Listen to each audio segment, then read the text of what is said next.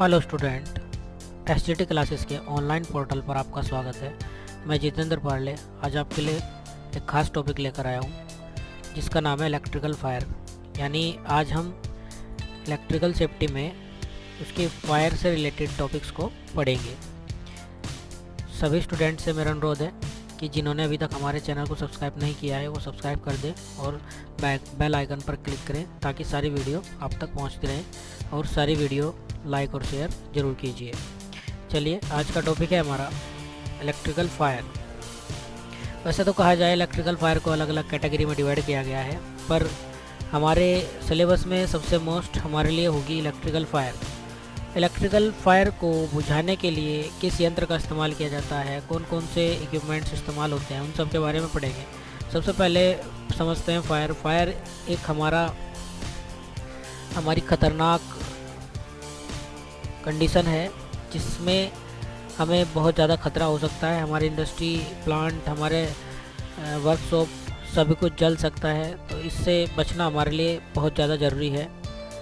इसके लिए हमने कुछ नॉर्मल इक्विपमेंट्स भी तैयार किए हैं, नॉर्मल वर्कशॉप तैयार की हैं, तो इनके बारे में हम पढ़ते हैं। सबसे पहले फायर प्रोटेक्टिव इक्विपमेंट के बारे में पढ़ते हैं। तो फायर एक्सटिंग्विशर अभी मैं आपको बताऊँगा। फायर प्रोटेक्शन प्लांट होता है, फायर पाइपलाइन होती है, फायर स्प्रिंकलर होते हैं, फायर स्मोक डिटेक्टर होते हैं। चलिए इनके बारे में एक एक करके पढ़ते हैं। सबसे पहले आपको दिखाई दे रहा है fire extinguisher. Fire extinguisher market में अलग अलग टाइप के अवेलेबल हैं, ए बी सी कंबाइंड और आपका CO2 टाइप। इस तरह के फायर एक्सटिंग्विशर से हम आसानी से आग को बुझा सकते हैं बिना किसी नुकसान के। के बाद आपने देखा होगा फायर प्रोटेक्टिव प्लांट। अच्छा, एक नई बात आपको ये पता लगेगी कि जितने भी हमारे फायर के इंस्ट्रूमेंट होते हैं, बुझाने वाले फायर प्रोटेक्टिव इक्विपमेंट होते हैं, वर्कशॉप होती है, उन सबको रेड कलर का बनाया जाता है क्योंकि हमारे फायर का जो सिंबल है हमने रेड माना है। तो इसलिए सभी वर्कशॉप में भी रेड कलर के ही ज़्यादातर इंस्ट्रूमेंट लगाए जाते हैं। तो ये फायर प्रोटेक्टिव प्लांट आपको दिख रहा है। इसमें मोटर्स होती हैं जो पानी को बहुत ज़्यादा प्रेशराइज रखती हैं, जिससे कि आग लगने पर प्रेशर के साथ पानी का छिड़काव किया जा सके। इसके बाद फायर पाइपलाइन। फायर प्लांट से पानी को फायर पाइपलाइन लेके जाती हैं हमारे मेन प्लांट तक, जहाँ पे हम वर्कशॉप में कार्य कर रहे होते हैं। वहाँ वर्कशॉप के ऊपर पाइपलाइन बिछी होती हैं और वो स्प्रिंकलर के ज़रिए पानी का छिड़काव करती हैं जब भी कंडीशन अबनॉर्मल कंडीशन होती है। ये हमारा फायर स्प्रिंकलर है जिसके माध्यम से पानी का छिड़काव किया जाता है। आप सभी ने ये कहीं देखा भी होगा। इसके बाद हमारा होता है फायर स्मोक डिटेक्टर। ये फायर स्मोक डिटेक्टर स्मोक यानी धुएं को डिटेक्ट कर लेता है, जिससे कि हमारी जो मशीन है, फायर मशीन, वो अलार्म क्रिएट करती है और उस अलार्म क्रिएट करने के बाद हमें पता लग जाता है कि वहाँ किसी सेक्शन में आग लग चुकी है। हम फायर अलार्म मशीन में जाके उसे चेक भी कर सकते हैं कि कहाँ पर हमारी आग लगी है। फिर अगर आप फायर अलार्म मशीन से फायर के अलार्म को बंद नहीं करते हो तो स्प्रिंकलर अपने आप चालू हो जाएंगे, पानी छिड़काव शुरू हो जाएगा और वो आग बुझ जाएगी। पर ये क्या आप जानते हैं, पानी हमारा इलेक्ट्रिकल फायर के लिए सेफ नहीं है।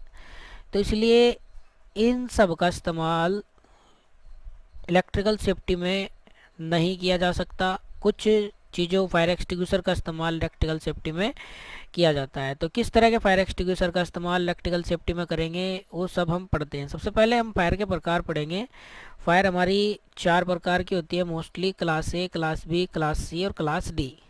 क्लास A के फायर में हमारे नॉर्मल मटेरियल्स आते हैं जैसे पेपर, लकड़ी इत्यादि। इन सब को हम अगर फायर एक्सटिंग्विशर की बात करें तो फायर एक्सटिंग्विशर में हम इनको जो है नॉर्मल पानी से ही बुझा सकते हैं।